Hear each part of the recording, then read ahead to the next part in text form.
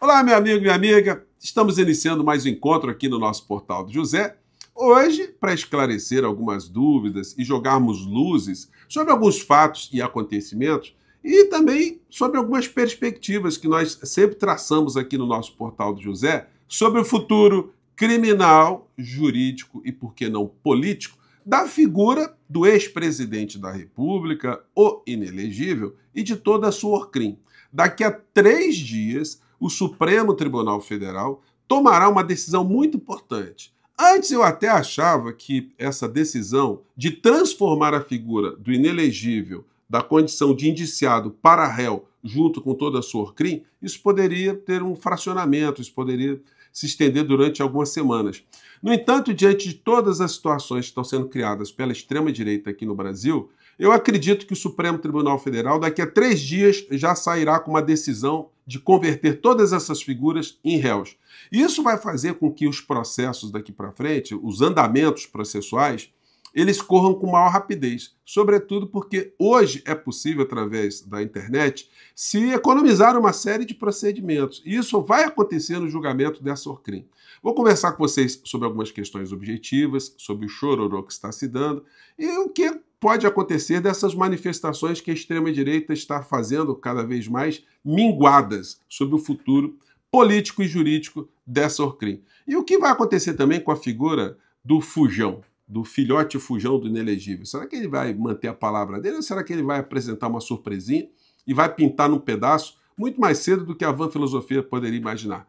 Vou conversar com vocês também sobre uma publicação do inelegível de hoje, tentando mais uma vez jogar confusões na cabeça das pessoas. Antes de mais nada, quero convidar você, que está chegando agora ao nosso portal, ainda não é inscrito, para que, em primeiro lugar, você se inscreva aqui conosco e venha se somar aos mais de 1 milhão de amigos e amigas que já são inscritos e conectados através do nosso portal. Se você gostar dos nossos outros vídeos também, compartilhe, recomende, nunca se esqueça do seu precioso joinha, seu comentário, se puder, prestigie também nosso clube de membros. Você que é muito bem-vindo e muito bem-vindo. Deixa eu começar aqui com um vídeo que o Inelegível publicou nessa manhã de sábado, né, quase perto da hora do almoço. Ele publicou aqui o senhor Ives Gandra, dizendo coisas como essas aqui. Vamos colocar aqui. Na sexta-feira, a notícia de que o Partido Liberal, se não for colocado em pauta a discussão da lei de anistia para aqueles que estão presos com condenações até 17 anos, farão obstrução parlamentar. O que, no momento em que o Brasil está em crise, a economia, todos os economistas preocupados com a gastança do governo federal e cada vez mais benesses sem ter o controle das contas públicas, os juros com o PT chegando a 14,25 na Selic. Gente, eu pergunto para vocês, e o que tem a ver o tatu com as calças? Se é que você me entende, né? Ele está aqui fazendo uma crítica econômica, né? De repente, eles estão aqui fazendo uma crítica que seria até caracterizada como uma crítica vindo da esquerda, né? Para vocês verem como é que a confusão mental está grande nesse universo paralelo.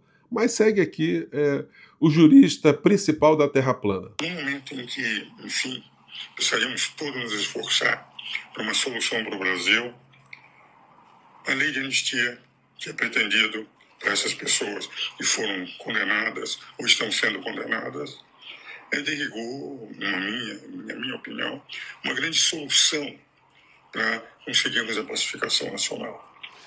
Gente, olha só, essa ideia da pacificação não tem nada mais mentirosa do que essa ideia, né? É como se nós tivéssemos criminosos praticando crimes o tempo todo e vários estivessem sendo presos pela polícia, e alguém chegasse e dissesse o seguinte: olha, nós estamos tendo muito conflito entre polícia e bandidos. Vamos fazer o seguinte, todos aqueles que foram presos, vamos soltá-los todos, porque aí a gente nunca mais vai ter crime aqui no Brasil. Resolve a situação e a sociedade estará pacificada. Isso faz algum sentido? Mas vamos aqui que tem mais lorotas na história, né? Pretender pautar uma obstrução dificultará ainda mais esta crise real, em que não se está controlando devidamente a inflação no Brasil, que o Brasil está vivendo. E realmente eu lembro mais uma vez As perguntas que muitas vezes me fazem de fora. Como o Brasil solta corruptos? E a OEA fez críticas ao Supremo. Gente, eu vou falar uma coisa para vocês. É uma lenga-lenga que vocês percebam que não entra no mérito. Está falando aqui das coisas periféricas.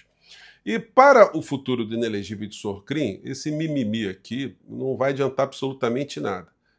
Objetivamente, quando acontecer a abertura de prazos para as defesas se manifestarem, a gente vai ter um processo aí que culminará certamente com uma condenação, sentenças. Pode ser que um ou outro consiga uma absolvição. Acho muito difícil isso acontecer. Mas as sentenças devem acontecer no máximo em final de julho. Porque hoje os processos são mais céleres. Desde que a tecnologia começou a ser admitida nos processos judiciais aqui no Brasil, a gente teve muitas inovações, a gente teve a menor necessidade dos advogados estarem presentes nos fóruns, estarem se deslocando, estarem comprando diários oficiais, hoje de estarem fazendo intimações, petições, apresentando ali contestações. Isso tudo ficou muito mais veloz. E quando chegou no período da pandemia, vários processos ainda foram mais otimizados ainda e mais situações novas foram criadas. A ponto de que numa outra instituição como o Congresso Nacional nós tivemos aprovação de emendas constitucionais por votação remota, sem os parlamentares espalhados pelo Brasil inteiro comparecerem, terem a necessidade de uma presença física. Portanto, a perspectiva de condenação para o chefe da Orcrim e todos os seus cúmplices e lacaios é muito grande, por isso que eu tenho sempre colocado para vocês que uma das possibilidades que tem que ser sempre observada é a fuga do inelegível. Possivelmente, ele já está muito monitorado. Ele está sem passaporte, isso cria uma dificuldade adicional dele escapar legalmente do nosso país, a não ser que ele conseguisse um asilo político. Aquilo que o filhote dele está falando lá fora, de uma forma muito sórdida, muito calhorda. Percebam um expediente que a criatura usou dentro de vários outros. Primeiro que ele está já com vontade de morar nos Estados Unidos desde que ele nasceu, né? Ele é um americanófilo, ele tem empresas constituídas nos Estados Unidos, matriculou as filhas por lá, tem uma esposa que adora, né? A gente viu aqui, a gente vê nas publicações pessoais dela o deslumbre que ela tem com aquele universo todo. Enfim, então é uma figura que gosta muito de dinheiro e que acredita que os Estados Unidos é o local onde ele poderá ser considerado um americano, uma figura que não seja um latino, como os americanos sempre consideram os latinos, né? Ele se acha uma figura diferenciada. Então ele está lá fora, mas ele pediu uma licença de 122 dias. 2 dias com atestado médico para poder receber o salário do mês, provavelmente vai ter alguns descontos de alguma sessão ou outra que ele faltou, mas vai receber o salário cheio, todas as benesses. Mas percebam só, ele não renunciou ao mandato, ele pediu uma licença. Essa licença pode ser revogada, ou seja, ele pode voltar antes dessa licença, se ele apresentar alguma razão ali, ou depois da licença ele pode restituir o mandato dele, porque ele não vai querer perder a imunidade parlamentar. Isso significa o quê? Que ele tem a pretensão de voltar para o Brasil ainda para 2026. Ele vai aparecer aqui no Brasil com o rabinho entre as pernas, com a maior cara de peroba, com o ministro Alexandre de Moraes não sofrendo nenhum tipo de sanção, o Supremo Tribunal Federal não sofrendo nenhum tipo de sanção, porque não pode sofrer nenhuma sanção visando alterar nossa realidade. Esse bandido está interferindo lá fora, está agindo lá fora, para, ao atacar um ministro da Suprema Corte, interferir no Supremo Tribunal Federal, no poder da República. Isso por si só deveria acarretar a expulsão dele, a saída dele do Parlamento brasileiro, com todas as implicações criminais. O Supremo Tribunal Federal entendeu, com o pedido de apreensão do passaporte dele, que não era, o caso ainda não estava devidamente desenhado para esse fim. E isso demonstra também que tanto o Procurador-Geral da República como os ministros do Supremo Tribunal Federal não estão dando bola para as espumas, para esse tipo de argumento aqui que o Ives Gandra jogou, a inflação, a taxa Selic. Enfim, nós temos muitos problemas concretos que precisam ser discutidos aqui no Brasil. E nós não estamos conseguindo fazer esse tipo de debate profundo, aberto, transparente, franco e honesto, porque essa gente está ainda infernizando a nossa realidade. Só que esse inferno está diminuindo a cada instante, porque eles estão perdendo força a partir do dia 25, ou seja, daqui a 3 dias, a figura será convertida em réu, e aí ele vai ter que ter muito mais cuidado com as coisas que ele falará e as coisas que ele fará a partir de então. Então, esse dia 6 aí, essa manifestação, por mais pessoas que cheguem lá na Avenida Paulista, isso não vai ter o condão de mudar absolutamente nada. Apenas fazer com que essas pessoas que estão adotando esse discurso do senhor Ives Gandra, et caterva, que essas pessoas fiquem mais enraizadas ainda nesse universo paralelo, que é um fenômeno psíquico, né, gente? O criminoso, isso é muito comum de ver no mundo do crime. O criminoso inventa um álibi inexistente, porque ele cometeu o crime, de que ele não cometeu.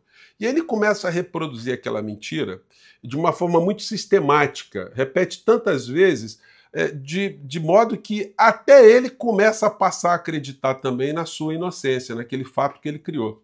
E é mais ou menos isso que está acontecendo nesse universo paralelo. Eles estão batendo tantas vezes nessa tecla que as pessoas estão sendo injustiçadas, que não houve golpe, não houve tentativa de golpe, e que o Brasil solta corrupto e prende inocente, que a mulherzinha foi presa por causa de um batonzinho que ela guardava na sua bolsinha. Gente, e não foi isso. Nós sabemos que todas essas pessoas estavam ali fazendo gritos de guerra durante meses na frente dos quartéis. Essas pessoas queriam derrubar a nossa democracia. Essas mesmas santinhas que estão lá, perguntem para elas o que elas queriam fazer com pessoas como você e eu, se eles estivessem no poder.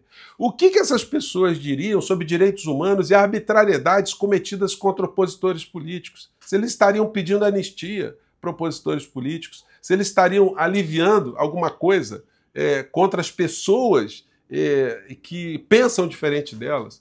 Então não tem que ter perdão para essas pessoas, não. Isso tem que ser, inclusive, muito colocado, muito debatido, muito exposto, e por isso eu acho até que o Supremo Tribunal Federal abriu a possibilidade de assistirmos essas sessões ao vivo pela TV Justiça, para que isso funcione também pedagogicamente para a sociedade que ainda tem alguma dúvida em relação ao que aconteceu, o que representou o perigo de se ter uma quebra institucional e qual foi o envolvimento do inelegível no meio dessa história. O momento que eles estão fazendo agora, nesse momento, é apenas uma tentativa de descredibilizar o Supremo Tribunal Federal, as suas decisões, os ministros, para ver se altera a realidade, mas isso não vai acontecer.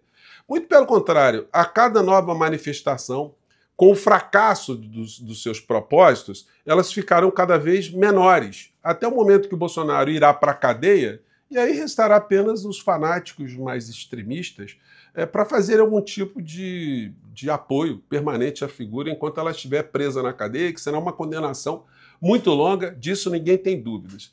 E o filhote do inelegível, que está tentando aí destruir a nossa democracia, não se surpreendam se ele mudar o discurso completamente e aparecer ainda nesse ano de 2025 ou 2026 para participar de algum processo eleitoral aqui. Vai ser um negócio muito curioso. Ao mesmo tempo que ele pede um asilo político nos Estados Unidos, ele tentar voltar para o Brasil. Vai ser um caso único no planeta, né? De alguém que está fugindo de um país, pega um asilo político em outro, mas atua politicamente dentro do seu próprio país. Com detalhe, ele não quer perder o mandato, não quer renunciar, porque, como covarde que é, ele quer manter as imunidades parlamentares que o Congresso oferece. Mas, diante de tudo que ele está fazendo, já era o caso de alguém pedir a cassação do mandato dele por infrações que estão previstas, inclusive, no regimento interno, no Estatuto dos Congressistas, no Congresso Nacional. Então, são essas questões para a gente começar o nosso sábado aqui, porque,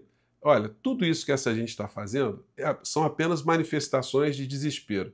E, infelizmente, as defesas dessa gente toda, eles estão indo também para o campo político, deixando de lado aspectos jurídicos, tentando ali jogar uma série de situações que nós veremos nos julgamentos que vão ser destroçadas, vão ser desmoralizadas e, no final da história, até mesmo aquelas figuras que acreditam tanto nessas insanidades vão começar a questionar se aquilo que elas estavam acreditando é verdadeiro ou falso. E vão até apoiar, quem sabe, né, que a justiça seja feita aqui no nosso país com essa Orcrim toda na cadeia. Gente, eu fico por aqui, mais tarde eu volto, que tem muita coisa acontecendo nesse sabadão, tá legal? Um grande abraço, tchau!